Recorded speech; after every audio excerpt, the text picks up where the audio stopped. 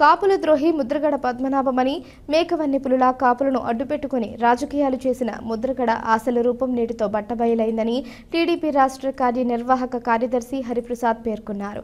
శుక్రవారం వారు బలిజ సోదరులతో కలిసి మీడియాతో మాట్లాడుతూ ముద్రగడ పద్మనాభం నిజ స్వరూపం బయటపడింది. ఎందుకంటే మొదటి నుంచి కూడా మేము చెప్తున్నాం, అతను కాపు ద్రోహి, కాపులకు మేలు చేసేవాడు కాదు. మొదటి నుంచి కూడా ఆయన ప్రవర్తన మాకు తెలుసు. ఆయన మంత్రిగా ఉన్నప్పుడు కాపులకు నో ఎంట్రీ అని బోర్డు పెట్టిన వ్యక్తి.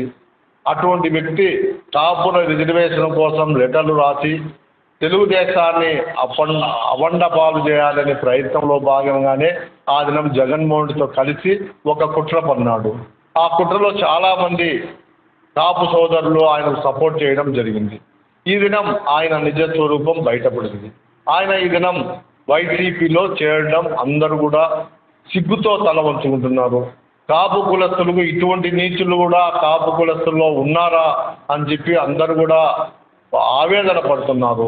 ఇంత దుర్మార్గంగా ఎవరైతే కాపుల ద్రోహి జగన్మోహన్ రెడ్డి ఉన్నాడో, కాపుల ద్రోహితో చేతులు కలిపినా అంటే ఇంకా ఈయన ఏమనాలో ఒకసారి కాపు ప్రజలు బలిజలు అందరూ కూడా అర్థం చేసుకోవాలి.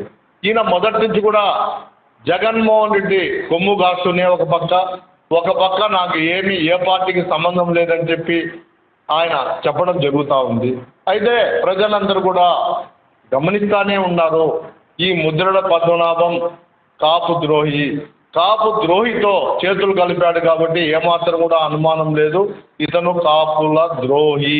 ముద్రగడ పద్మనాభము సీటు కాదు కదా, ఆయన సీట్ ఇచ్చినా ఆయనకు డిపాజిట్ కూడా రావు. కాపులందరూ కూడా రాష్ట్రం అంతా కూడా వ్యతిరేకిస్తూ ఉంటే ఈయనపై ఆయనతో కలిసినంత మాత్రం ఏమాత్రం కూడా ప్రయోజనం ఉండదు. జనసేన, ఈ తెలుగుదేశం, బీజేపీ 3 పార్టీల అలయన్స్తోనే వచ్చేది ప్రభుత్వము. కాబట్టి ఆంధ్రప్రదేశ్లో ఈ 3 పార్టీలు కలిసి ప్రభుత్వాన్ని ఏర్పాటు చేస్తాయి. బీజేపీ కలిసి రావడము చాలా అనుకూల పరిస్థితి. ముద్రగడ పద్మనాభంను ఈ రాష్ట్రంలో బలిజలందరూ కాపులందరూ కూడా తరిమి కొట్టారని చెప్పి కాపు బలిజ సోదరులందరూ కూడా ఒకటేస్తున్నారు, ఈయన ప్యాకేజ్ ఇస్తారు. ఈయన ప్యాకేజ్ కోసమే ఇంతకుముందు కాపుల ఉద్యమాన్ని నడిపాడు. ఇప్పుడు మరలా పవన్ కళ్యాణ్ మీద అబండాలు వేసేదానికి, ఏదో ఒక విధంగా ఆయన్ను కాపులకు దూరం చేసేదానికి ప్రయత్నంలో భాగంగానే ఈయన ప్యాకేజీతో జగన్మోహన్ రెడ్డి దగ్గరికి చేరాడని చెప్పి మేము తెలియజేస్తాం. పద్మనాభం గారు ఇప్పుడు ఆయన మేలి ముసుగు తీసి ఆయన నిజ స్వరూపాన్ని చాటుకున్నారు.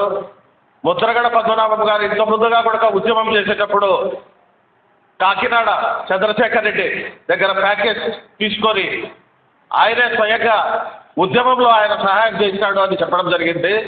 ఇప్పుడు ముద్రగడ గారు వైకాపా ప్రభుత్వానికి ఎన్ని కోట్లకు అప్పుడు పోయినారు, ఏమేం పదవులు కావాలని ఆయన పోయినాడు.